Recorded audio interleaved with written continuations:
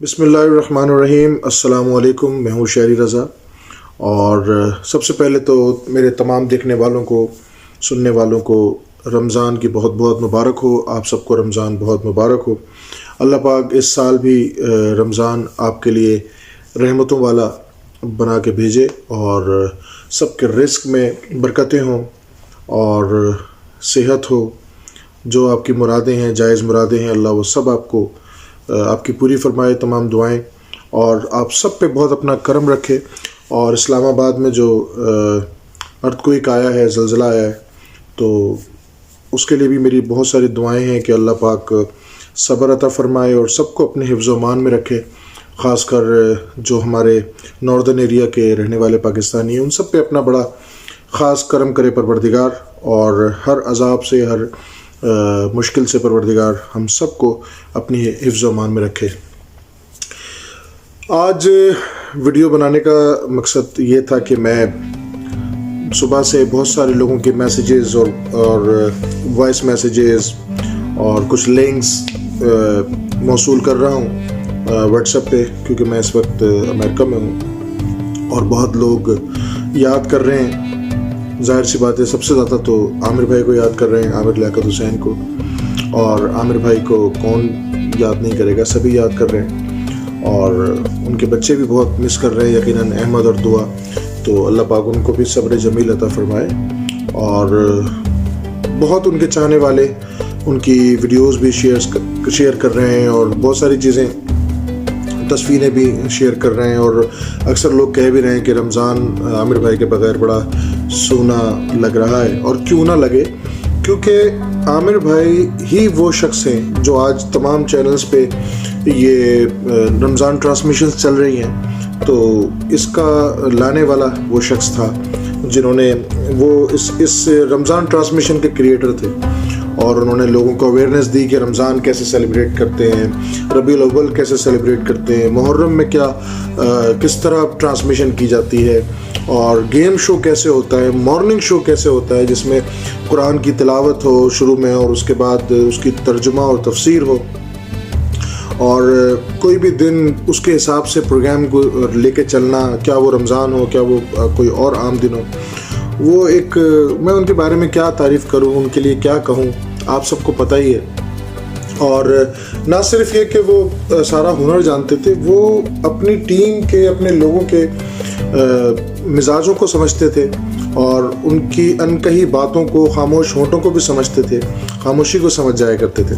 और मेरे ख्याल से मेरे लिए ये एक वीडियो बनाना बहुत मुश्किल होगा। तो मैं, अगर मुझे चीज़ें याद आती रहेंगी, मैं चाहता हूँ कि मैं अपने वाक़यात और जो चीज़ें मैंने देखी आमिर भाई की, वो मैं इस तरह वीडियो के ज़रिए आप लोगों के बीच में मेरी भी हाज़िरी रहे। इस बहाने हम मिलकर कुछ दुआ भी कर लिया करेंगे आमिर भाई के लिए, और जितने हमारे दोस्त यार जो लोग चले गए और जो लोग हैं उनके लिए भी दुआ।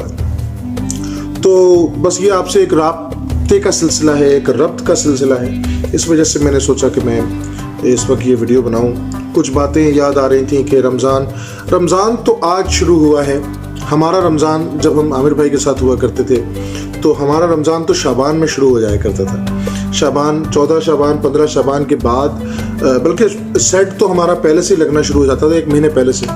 और लेकिन तैयारियां, चीज़ें, हमारे रिकॉर्डिंग्स, एल्बम की रिकॉर्डिंग, जो पूरा नातों का एक एल्बम किया करते थे आमिर भाई, जहां से मेरी शुरुआत हुई 2006-2007 में, जब पहला रमज़ान गीत आया, रमज़ान अस्सलाम, रमज़ान अस्सलाम। तो उसमें मेरी आवाज़ थी, जिसमें मैं शुक्रगुजार हूँ अपने दोस्तों का, अशर आलम का, अख्तर हुसैन का, और नुमैर का, और असगर का।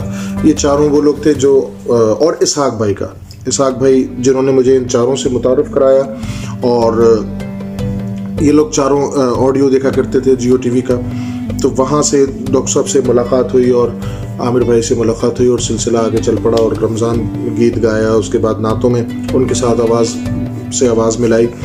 और चल पड़ा। तो हमारा तो शाबान से शुरू हो जाता था, हम लोग गाने बनाया करते थे रमज़ान के और नाते रिकॉर्ड किया करते थे। उसके बाद जब पहली सहरी होती थी तो सब चीज़ें अल्हम्दुलिल्लाह उस वक्त तक कंप्लीट हो जाया करती थी। अक्सर उनके 2 या एक रमज़ान गीत में मैंने साथ परफॉर्म किया, मतलब परफॉर्मेंस तो मेरी आवाज़ तो हो ही करती थी, लेकिन वीडियो में भी उन्होंने मुझे अपीयर करवाया और फिर हमने 1-2 नाते भी की साथ, जिसमें उनके साथ मैंने परफॉर्म किया। शायरी को तो आप जानते हैं और शायरी को आप सब जो जानते हैं वो और ये भी जानते हैं कि आमिर लियाकत हुसैन की वजह से जानते हैं। करने वाली ज़ात रब की है, मेरा अक़ीदा है कि रब ही करता है, वही वसीले बनाता है, हम तो वसीले वाले हैं, हम तो वसीलों पे बिलीव करते हैं। तो अल्लाह ने आमिर लियाकत को मेरे लिए वसीला बना के भेजा था कि जो आज लोग मुझे पहचानते हैं यहाँ भी या दुनिया में कहीं भी जाता हूँ तो लोग चेहरे से पाकिस्तानी हमें जो पहचान लेते हैं, जो मुझे पहचान लेते हैं,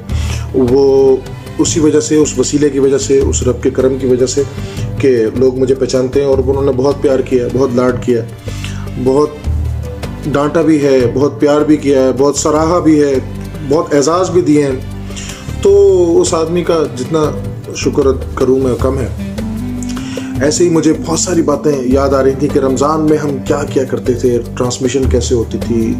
हमारा घर होता था, सेट जो था ना वो हमारा घर होता था, हम तो कहीं जाते ही नहीं थे और हम लोग ज़्यादातर सेट पे ही रहते थे, घर तो आते ही नहीं थे। तो अगर आते भी थे तो बहुत थोड़ी देर के लिए आते थे।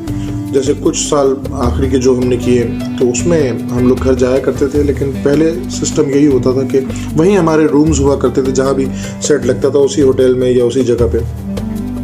तो आमिर भाई जो थे वो बड़े बादशाह तबीयत थे, और ना सिर्फ आमिर भाई, उनके साथ जो पूरी टीम थी, मैं एक-एक का नाम लूँगा तो मैं पता नहीं किसी के साथ ज्यादती ना कर जाऊँ, लेकिन जो करीबी लोग थे उनमें यकीनन अब्दुल वहाब भाई, अली इमाम भाई, हमूद और इरफान रज़ा भाई, और इवन जो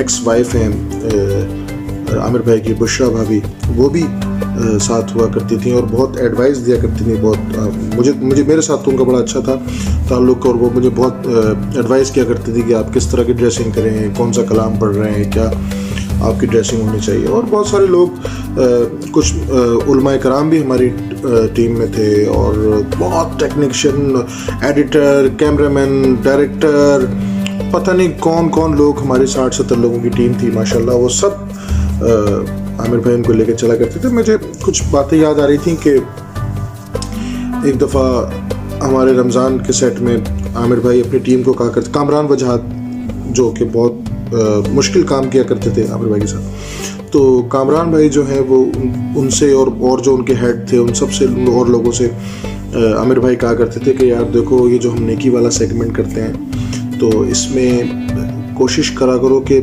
4 से 5 लाख रुपए तक का खर्चा अगर हो इलाज पे या जो भी रोज़गार का चीज़ें करते थे तो उसमें इससे ज़्यादा ना हो यार, क्योंकि मैं नहीं चाहता कि कोई हमारे सेट पे आए, उम्मीद लेकर आए और यहाँ से खाली हाथ जाए। हम थोड़ी सी, हमारे पास वक्त होता है, हम उसमें कॉल पे जितना डोनेशन ले सकते हैं वो ले लेते हैं। तो ऐसा ना हो कि किसी को डोनेशन ना मिले तो वो मायूस ना जाए यहाँ से। तो इतना तो ये है कि मैं किसी को कह सकता हूँ, मैं खुद भी कर सकता हूँ, यहाँ पे 10 लोग हैं, उनको कह सकता हूँ कि यार ये आप कर दें, कोई कॉल नहीं आई। तो इस तरह उन्होंने कहा। तो एक दफ़ा ये हुआ कि एक केस आया जो 12 लाख रुपए का उस पर इलाज था उनका।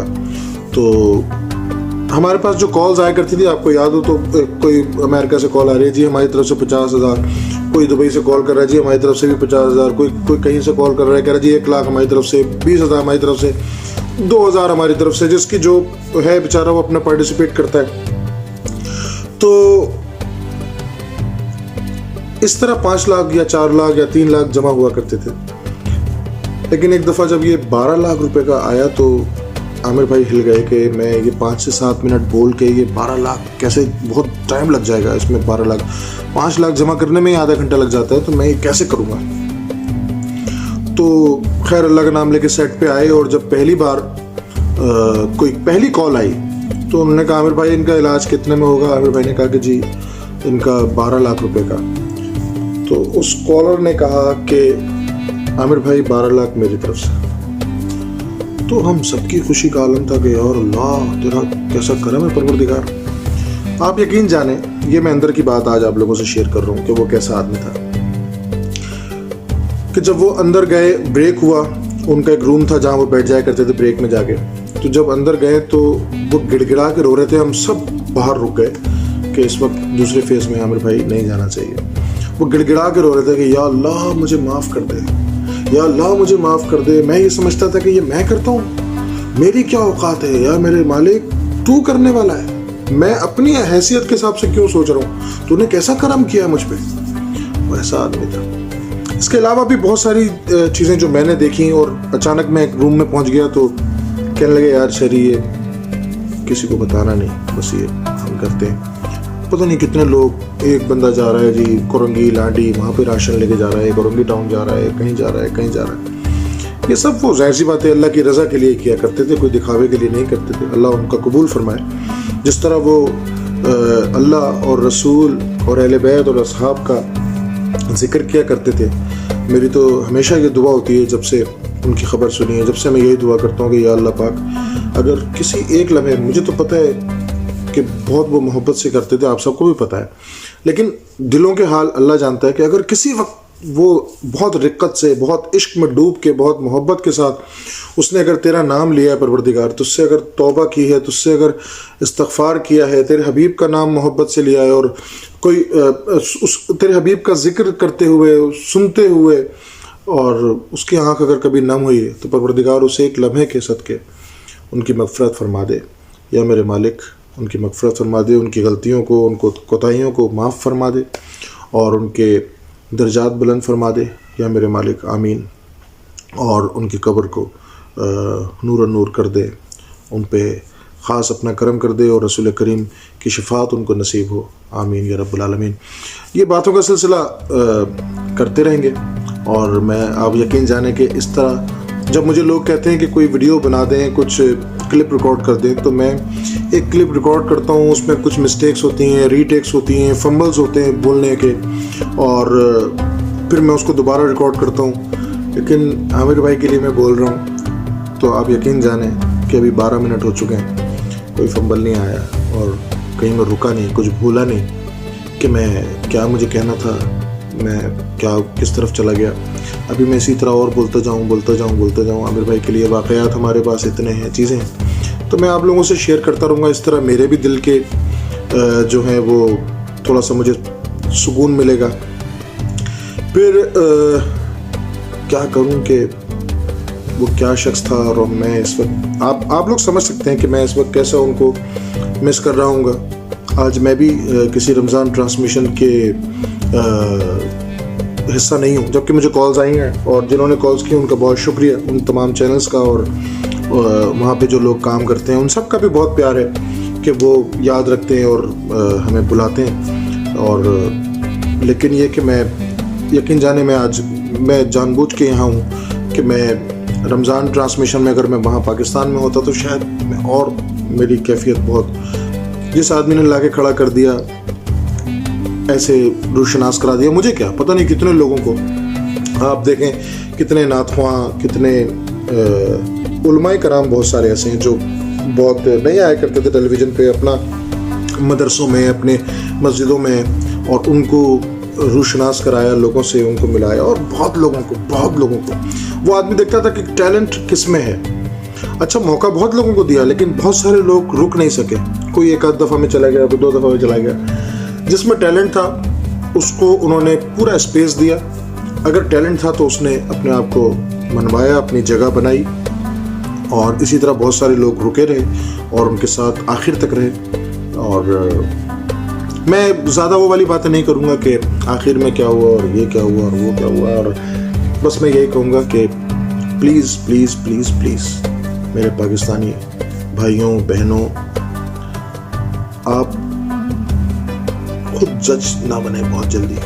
बस ये कि ख्याल करें, आप कदर करें अपने लोगों की, मैं हमेशा कहता हूँ कि अपने कदर करें अपने लोगों की, अपने जो हमारे फ़नकार हैं, हमारे आर्टिस्ट हैं, उलमा हैं, नातख़्वां हैं, जो भी जिस फील्ड से भी ताल्लुक़ रखते हैं, अगर वो पाकिस्तानी है तो आप प्लीज़ उसकी कदर कीजिए।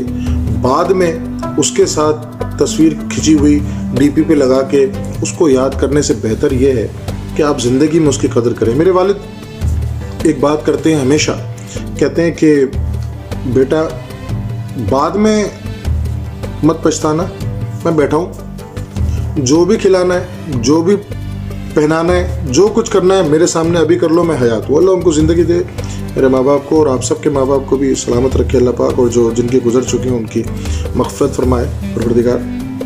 और मैं बस यही कहूँगा कि ज़िंदगी में कदर करना सीखें तो इंसान को ज़रा खुशी होती है। हम अगर किसी से हंस के बात कर लेते हैं, किसी को इज़्ज़त देते हैं, किसी को रिस्पेक्ट देते हैं, और मौला का कौल है कि आपको जो चीज़ दुनिया से चाहिए ना वो देना शुरू कर दो, तो जो देना शुरू करोगे वही तुम्हें मिलना शुरू हो जाएगा। तो अगर इज़्ज़त चाहते हो तो इज़्ज़त देना शुरू करो लोगों को, दौलत चाहते हो तो दौलत देना शुरू करो, अल्लाह के नाम पर खैरात करना शुरू करो, दौलत मिलती जाएगी, बहुत मिल जाएगी। तो बस अपना बहुत ख्याल रखिए। नेक्स्ट वीडियो में इंशाल्लाह फिर कुछ और यादें, कुछ बातें अगर मेरे जहन में आएंगी, यकीनन आ रही हैं अभी भी, लेकिन मैं चाह रहा हूँ कि ये वीडियो थोड़ी लंबी हो गई, तो फिर इंशाल्लाह दूसरी वीडियो में आपसे मुलाकात करता हूँ और इसी तरह हम जिक्र करते हैं और कुछ कलाम भी पढ़ेंगे जो कि आमिर भाई के पसंदीदा थे, या वो ख़ुद पढ़ा करते थे, या मुझसे सुना करते थे, या अहमद रज़ा से, या किसी भी मेरे मुकर्रम भाई से, जिससे भी सुना करते थे। अगर वो मुझे कुछ कलाम याद रहे तो इंशाल्लाह वो भी आपको ज़रूर सुनाऊँगा। अपना बहुत ख्याल रखिए। अल्लाह हाफ़िज़।